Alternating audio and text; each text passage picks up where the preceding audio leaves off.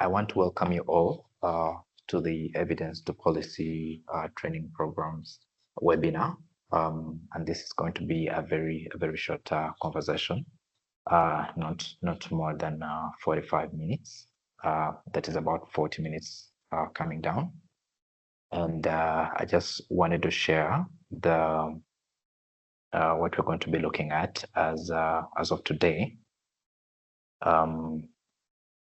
We're going to be just talking about a few things. I'm just going to have the welcome remarks, and then I'll be introducing echoes and leaps, which are the core participants in the Evidence to Policy training program. And then I will invite Dr. Ismail Kawoya to give a presentation about the program. And finally, we shall have a small discussion of the Q&A session. Yes, so I want to start by introducing myself. My name is Peter Kasada, and I'm a researcher at the Center for Rapid Evidence Synthesis. By profession, I'm a public health specialist, and I'm also advancing to my vision is to advance to global leadership in the evidence space to impact and cause significant change. And I want to welcome you all today. Thank you for making time to come in and to listen in to what we're going to be discussing today. So I would love to introduce ACRES firstly. Yes, the Center for Rapid Evidence Synthesis is a center of excellency in Uganda, and its major work that we do is actually in evidence synthesis. And our vision in the work that we do is to create a world in which the use of evidence for urgent decisions reduces inequity and improves socioeconomic outcomes. So our flagship in the Center for Rapid Evidence Synthesis is their Rapid Response Service, which we give to policymakers all across the nation, both at national level and at non-national level. We've worked with various agencies in the ministry, including the Ministry of Health, including the Ministry of Education, and also other ministries, and also civil society organizations and NGOs. And our mission here is to provide timely and responsive knowledge for equitable policymakers. And in serving this mission, we go abroad into developing innovative ideas that can make our work much easier, which also include the Evidence to Policy training program, which we're going to be talking about shortly. Yes. Additionally, I want to talk about LEAPS, which is the Africa Learning Together and Advancing Evidence and Equity in Policymaking initiative. It is a consortium of West African and East African countries, and our aim here is to contribute. Our aim here, as the initiative, is to institutionalize the use of evidence-informed policymaking through building capacities in West Africa and East Africa. And here, LEAP seeks to strengthen gender equity in the EIP process and also advance most of the practitioners' skills to the next level. Would love to put that on a hold as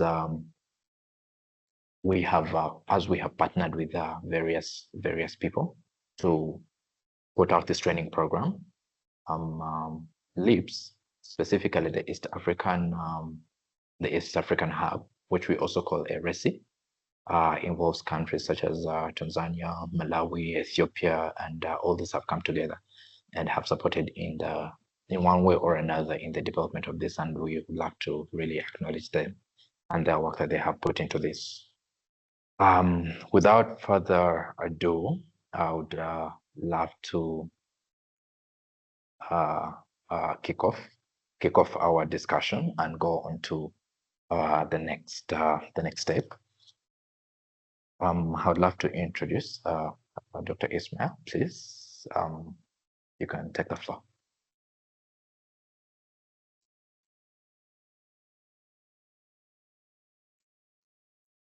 All right. Thanks, Peter, for that introduction about acres and leaps. To colleagues joining us from the different parts of the world in Africa, but I've also seen friends from the UK. You're welcome to this information session about the Evidence to Policy Training Program. Briefly about myself, I am. My name is Ismail Kawoya. I have been in the evidence to policy space for about now almost 10 years, majorly working with supporting policymakers get access to evidence in rather a short time frame or in very urgent situations, what we would call crises, in what we call the rapid response service.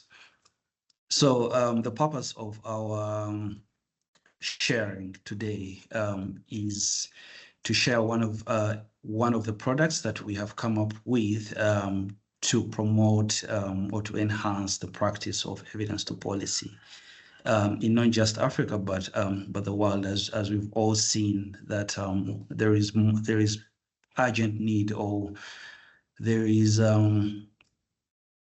it's more than urgent right now to build capacity of researchers and policymakers when it comes to translating evidence and it being used in policy spaces.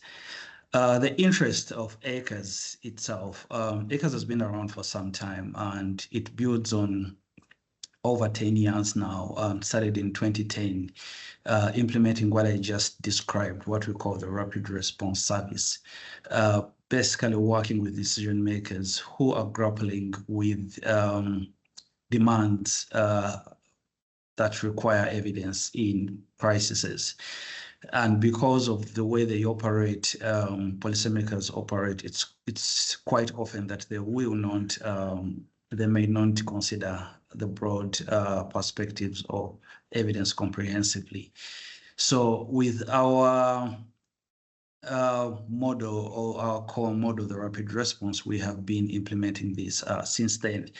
But also, we've not just been implementing it, we've been training and supporting different partners, individuals and institutions to gain to build their capacity, but also to be able to mentor them to be able to not just set up similar services to support policymakers within their respective context, but also be able to maintain these services and go on to provide, go on to institutionalize or sustain these practices.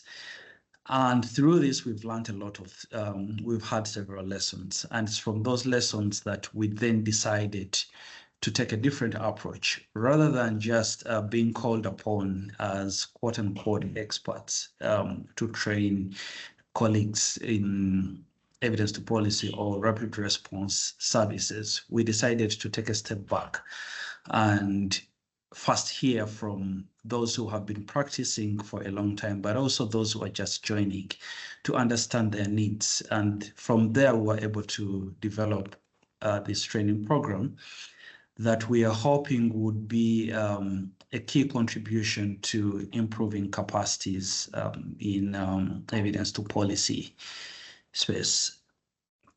So, and that is what I'm going to share briefly.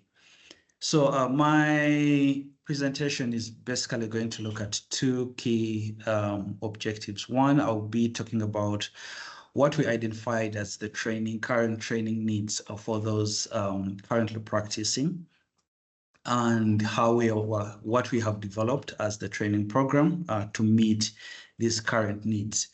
And I would specifically put boundaries around this.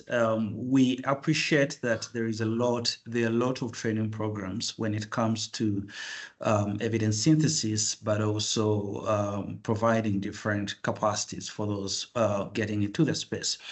Most of these training programs, looking at those at what we'll call pre-service within universities. But when it comes to actually doing the work in service, where a lot happens and changes. There are a lot of issues that we all know that we need to strengthen in that space. So in 2023, we decided to go out on a listening tour to listen to knowledge translation professionals and policymakers and understand from them what are their needs, what are their pain points when it comes to the current issues related to training and developing their skills, and how could we come into those. So some of the things that we identified, there were a lot of gaps, but the key gaps that I would want to share are four. One, it's really about what actually happens. We all know right now that when we talk about knowledge translation, or there in any other synonym around that, we are really talking about relationships, relationships between researchers, policymakers, and in the middle we have the knowledge translation professionals. Others call them knowledge brokers or evidence intermediaries, and so many other names within. But these professionals need to have the skills to build relationships so that they're able to move the evidence from where it is, that is from research. And this research could be in published research, different evidence sources that are available to where the decision needs to be made.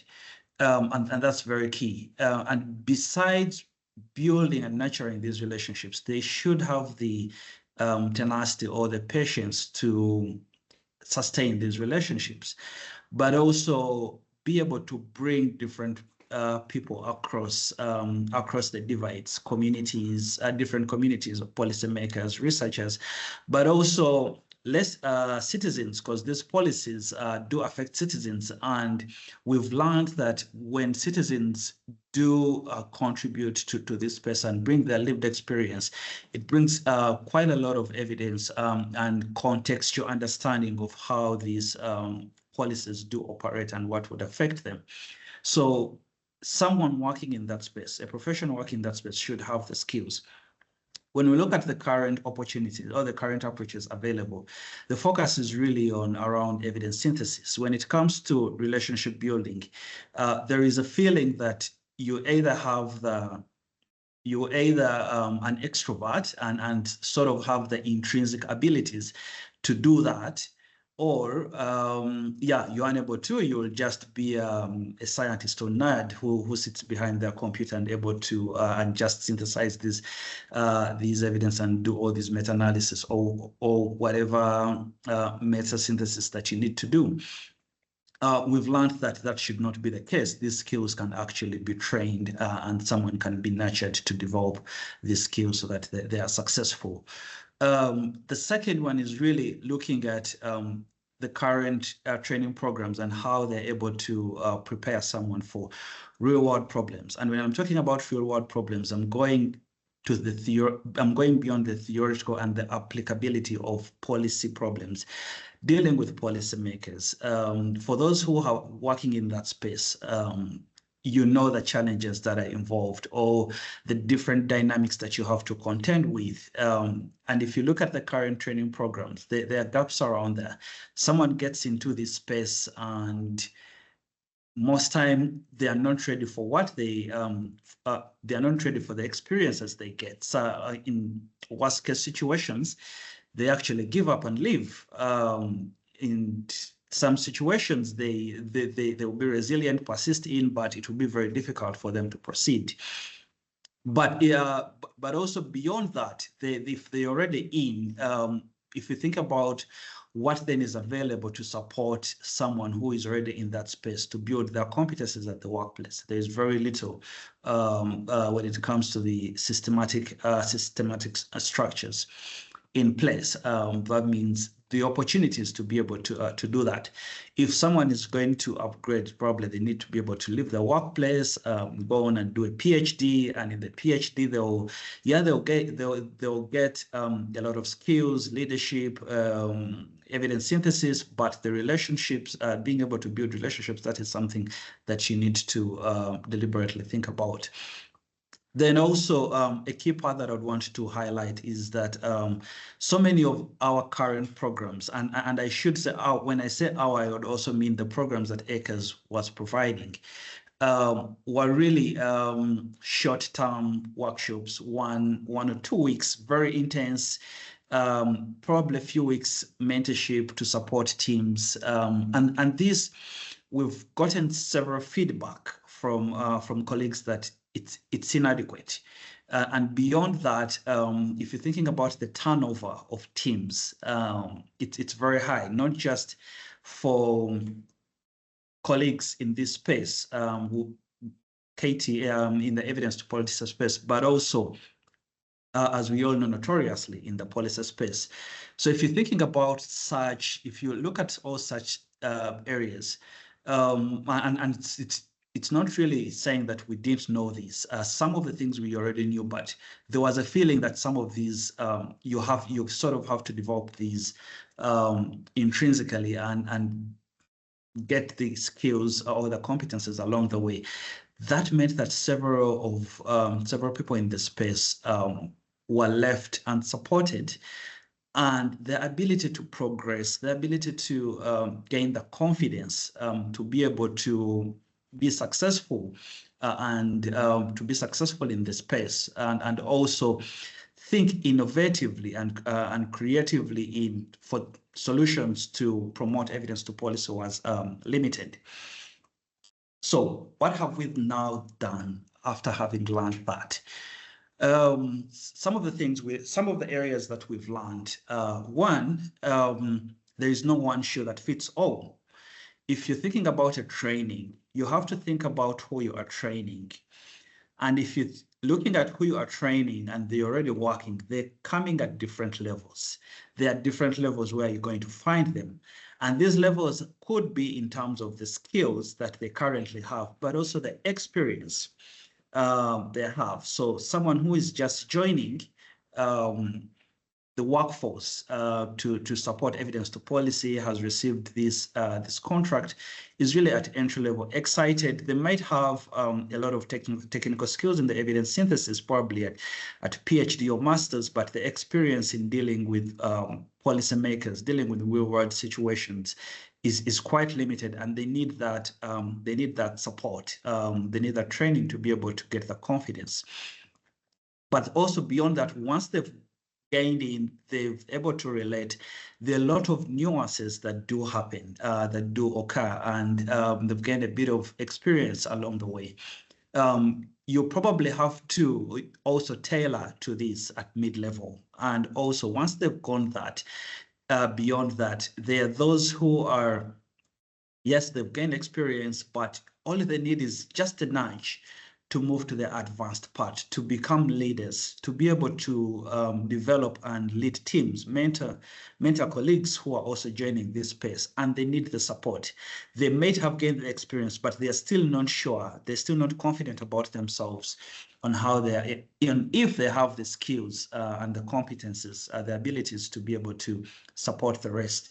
So in totality of that, we're looking at it, we decided to develop a program that is holistic.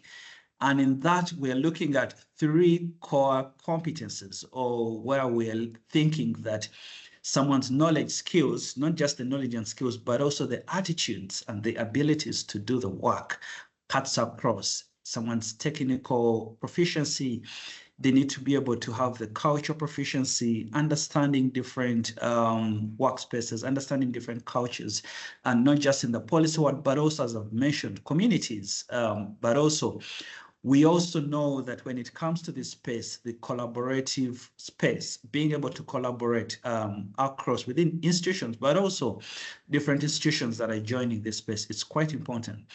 And if you're looking at these different levels of training, then you have to think about what is relevant for who and when, and the intensity of that. So this is the program that we have developed that takes care of, that is tailored to different individuals. Right now, we are wrapping up with those at entry level. And here we've had training in policy analysis, evidence synthesis, being able to analyze and manage stakeholders, writing, working across culture dynamics, different cultures, the ethics of this, building relationships, conflict resolution, and we're seeing colleagues who have joined gaining confidence. Many of them were just joining the space and they were really not sure about what to do. And now they're already out there interacting with policymakers and trying to find their footing. But when we got to mid-level, someone is gaining more experience in that, trying to think about the complexities in the technical part, thinking about how do you evaluate evidence. I'm talking about evidence to policy. How do you even evaluate that? How do I know that we're having impact in what we are doing? How do you manage a project? How do you then do all this? And also the intensity of that along the way. If you're going to the advanced, you're thinking about diplomacy. It's not just evaluation. It's not about the technical part. You have to also think about the diplomacy. You have to think about the citizenship, someone's orientation, the team's orientation within where they are working, the space they are working. Many of our institutions, and I would say here in Africa, have different governance arrangements, and governance arrangements do matter. If you're thinking about democracies, dictatorships, or all of these different governance arrangements, they do matter and they do affect how evidence moves. But if you're going to put that burden on someone just joining the space, they may not have the ability to have that orientation and the balancing their leadership along the way, but also thinking about networking and collaboration. So with such, we have the program looks at two key individuals. Here we're looking at the policymakers, and I'm saying researchers, but basically the researchers who are working in the evidence to policy, so the KT practitioners or the knowledge brokers who are moving in, and there are several ways they can use this. And I've already highlighted some of those. But also importantly, some of the things that we are providing is the resources and networks that ACRES has built over now 15 years, the knowledge and the experience we have in real world situations. You're going to work with experienced facilitators who have all this knowledge and work with them. So how we are delivering this, but also to highlight the faculty that we have listed. We've been fortunate to have a network of colleagues across the world who are willing to come and support the learners to get these key skills. So I've talked about how the curriculum was developed. It's a blended learning approach. So most of the learning is really going to be online. As I've mentioned, the key part is to be able to work and get support at the workplace. So while we're doing that, the delivery would be to support the learner from where they are, to be able to interact and engage with the policymakers and support them, be able to practice the skills that they're getting. Continuous mentorship and peer support from also other colleagues who will be joining. And as I reiterate, the opportunities for networking. So what are the advantages? There are so many, but also to add that we are currently in the process of getting ISO certification. That means ensuring that whatever we are providing is of quality, and also ensuring that the learners are getting the skills and the capabilities that they need to be confident and also to deliver what they need to do. A flexible and tailored training schedule for different learners and the needs involved in this. So with that, I would come to the end of my presentation about the program. Right now, as I'd mentioned, we are wrapping up training for those at entry level. We are starting, or we're going to start training for mid-level, and this call is still open for those who are interested.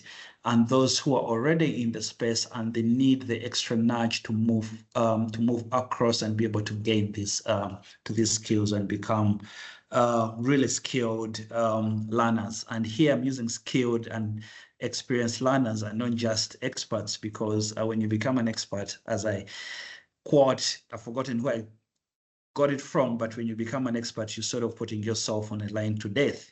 So becoming an experienced learner and be able to support policymakers use evidence better is our call to this.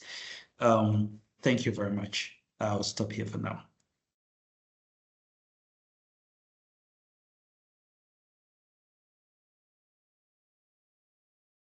All right, thank you, Doctor.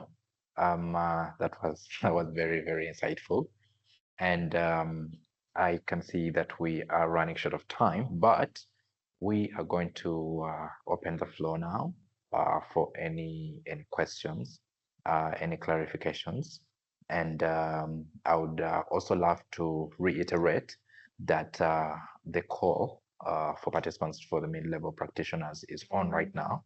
And we are also currently glad to announce that we shall be coming to the close of the entry level at the end of this month. And the participants who are there have really, really told us a lot of things about the program, and they are really, really happy about it. So I'm looking forward to the mid-level. Otherwise, I'm going to open up the platform for any questions. You can use the Q&A platform where you can just go and type there your question, or you can raise your hand and then I can just pick and we just have this conversation in the next few minutes, about 10 minutes actually. Okay. Yes. Hi, Joel. You can unmute and ask the question. Okay. Thank you, Peter, and thank you, Dr. Ismail, for the presentation. My question is, how often are the training programs going to be happening? Is it going to be annual? For instance, the entry program is getting done. It's been about 16 weeks, if I'm not mistaken. So when is the next one going to be? And are they going to be regularized? So that's my question. Thank you. Thank you. Let us take the second question from Priska so we can get a response. Thank you, Peter and Dr. Ismail. My question is around the area of mentorship and peer support. There was mention of learners who have already mastered, who will have mastered some of the areas of the training better than others. Are there provisions maybe in the future where these learners can mentor people who are just starting these training programs, or those that were part of the training programs, but some of the concepts they didn't capture some of the concepts well? I just want to know if there is something that accommodates that in the programs.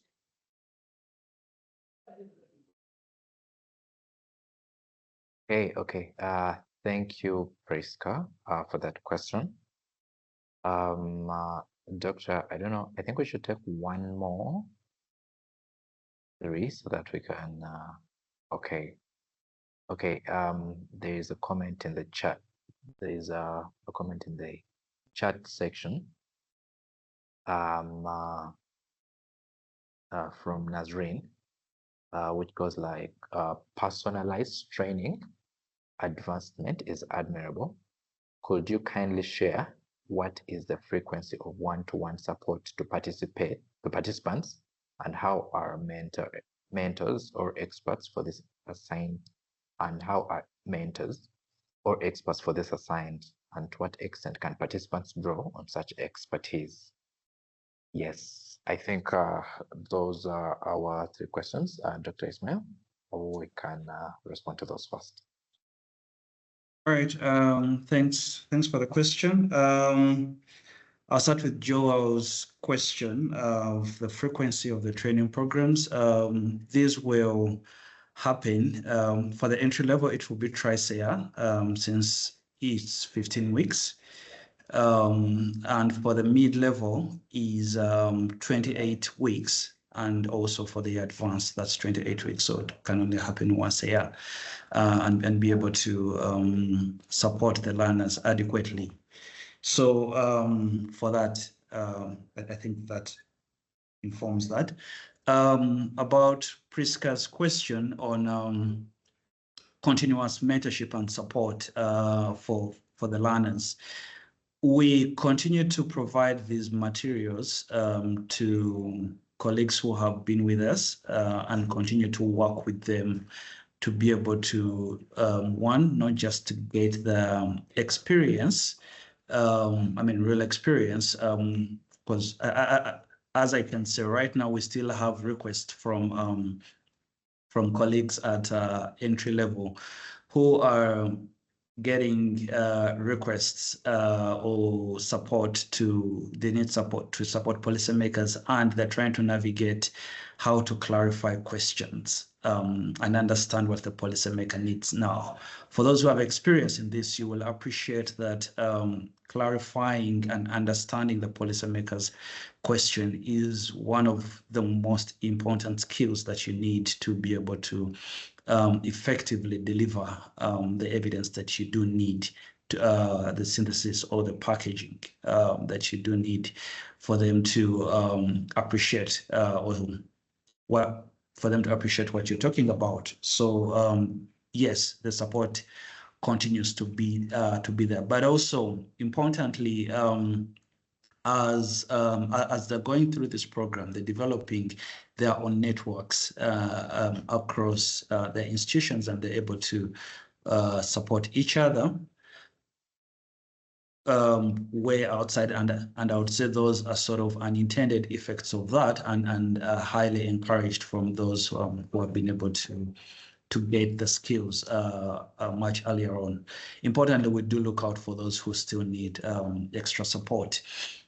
About the frequency of the one-to-one support for the participants. One, given that we have just started, the one-to-one support is requested for by the trainee at the moment. What we have is a group support, a small group support. So we have about, and I'll use the example of the early entry. We have about a group of 3 who are working together to deliver a policy brief and a policy brief to a policymaker within their group. And this policymaker has told them that they need this evidence to be able to make, to be able to take a specific decision. Now, when it comes to clarifying, they do have a mentor to help them go through that.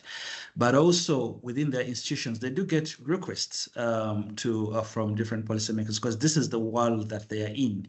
And now they're able to, they've gained the confidence to take it on, or their institutions are saying, oh, you're the one who has been trained, so please lead us. And in that, they do get the one-on-one support from the mentors.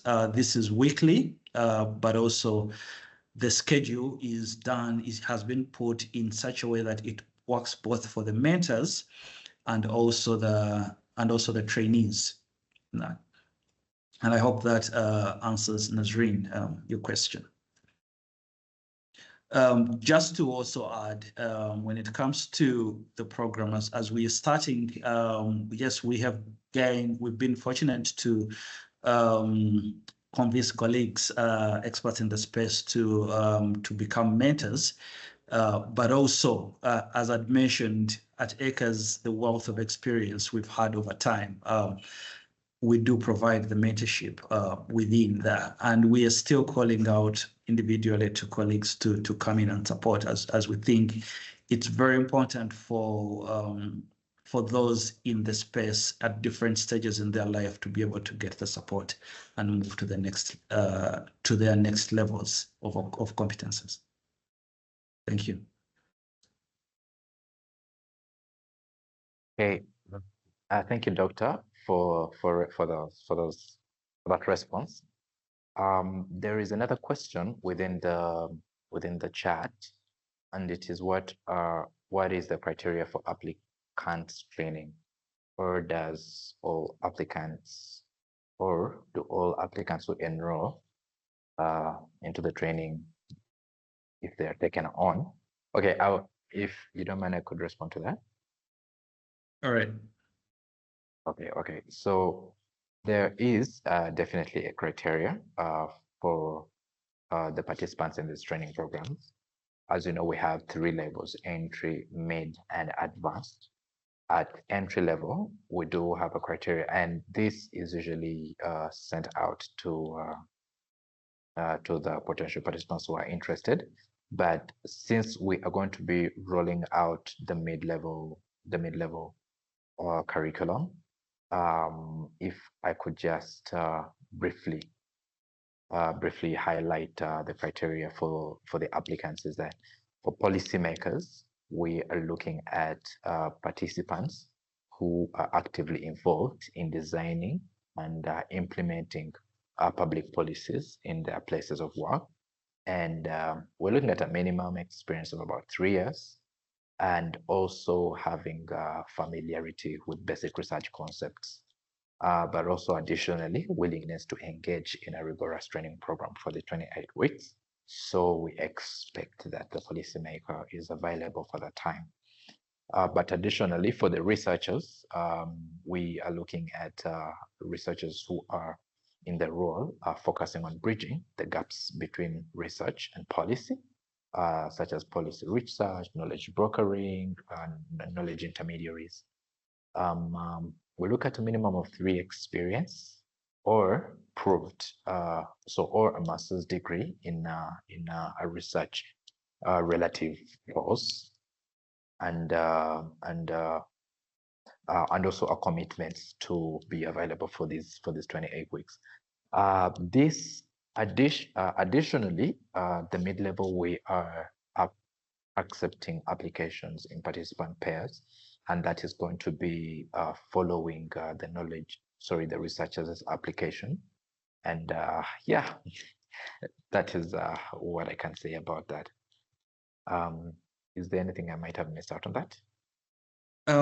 Just to add, one, we do expect that the researcher will have the space to learn and do the work.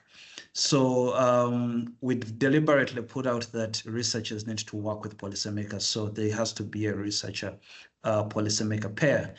And given that this is mid-level, we do anticipate that you have built relationships. So the idea is that we would want to enhance those relationships and move to the next step, where this becomes routine between these pairs and the collaborations within that. The others, as I'd mentioned, this is ISO certified, and we need to make sure that the competences that we are supporting, we helping to deliver are of the quality, but also the learner, whoever is joined is able to get the skills. So they'll just, we will ensure that you do have the ability to go through the program and learn, and also use it, use the information that you will gain throughout the program to be able to do the work that you're doing. Okay. All right. Thank you, Ismail.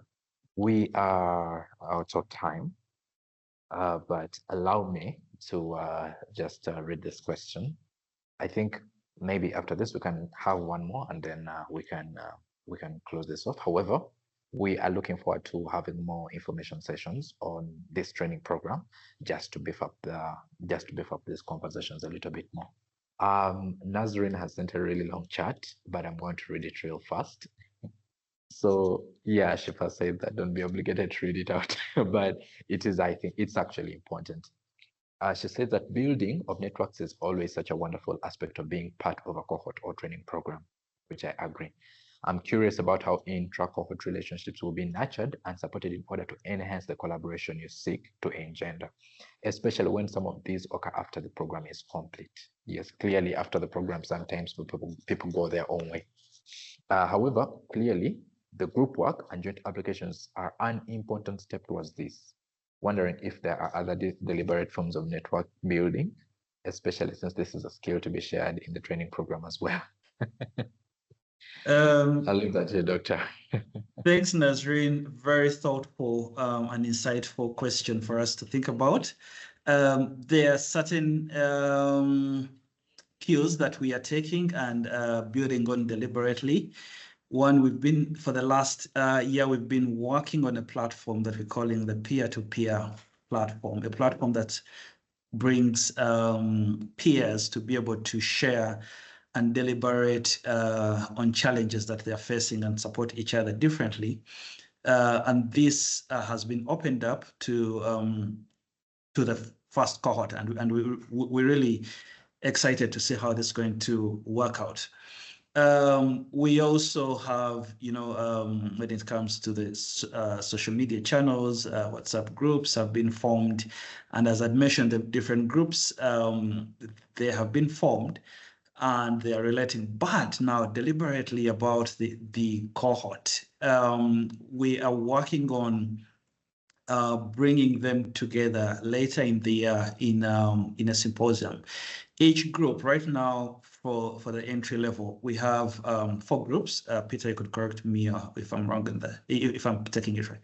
And each is working on a policy-specific question, real policy issues that policymakers at different levels, one at the Office of the Prime Minister in Uganda, the Ministry of Health, Tanzania, in Ministry of Health, Malawi, Ministry of Social, I think it's Gender and Social Development in Ethiopia, and real questions that they are dealing with.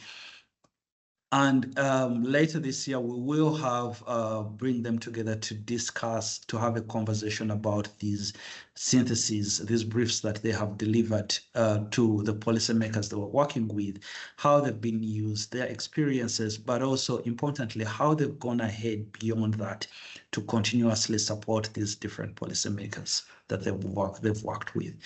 Still early stages. There is a lot to think about. Certainly, I'm sure I haven't fully tackled that question. I know there's a lot to think about and deliberately put into the program when it comes to the intra cohort.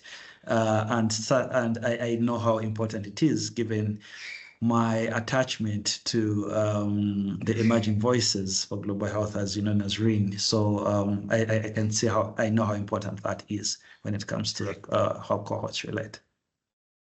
Thank you. Thank you, Doctor. One last question and we close this up. A question from Benunye. He says, I'm from a French-speaking country in West Africa. Am I eligible for the application? Yes, that's the question. Hey, right now the training is provided in English. Yes, you are eligible. We will certainly look at how you'll be able to work with a policymaker, as I've mentioned, how you're able to gain to get the skills. Right now, there are several translation facilities, not to sort of facilitate the dialogue. May not be 100%, but certainly it shouldn't create a barrier for someone from from a French-speaking country to be able to participate. As long as you are eligible, I'm sure you will do benefit from it. Thank you. Thank you, Doctor. This has been a very informative session, and we look forward to having more of these sessions, considering the demand that is going to be there. However, our call is that the mid-level application session is now on. For now, we are accepting nominees, and I think Doctor shared our emails up here. you can share a nominee whom you think would be interested in this program at support.learning at ecos.or.ug. And yes, you can share your nominees at this, and then we'll guide them through the application process, which will be starting earlier next month. Otherwise, I want to thank you all for coming in. Thank you so much for taking off your time, and thank you for the discussions and for the questions asked. If you need any more information, kindly reach out at the above mentioned emails. And finally, the recording will be shared to all the registered persons after it is out. Thank you so much. Have a good afternoon. All right. Thanks you. All right. Thank you all. Have a good afternoon and good evening.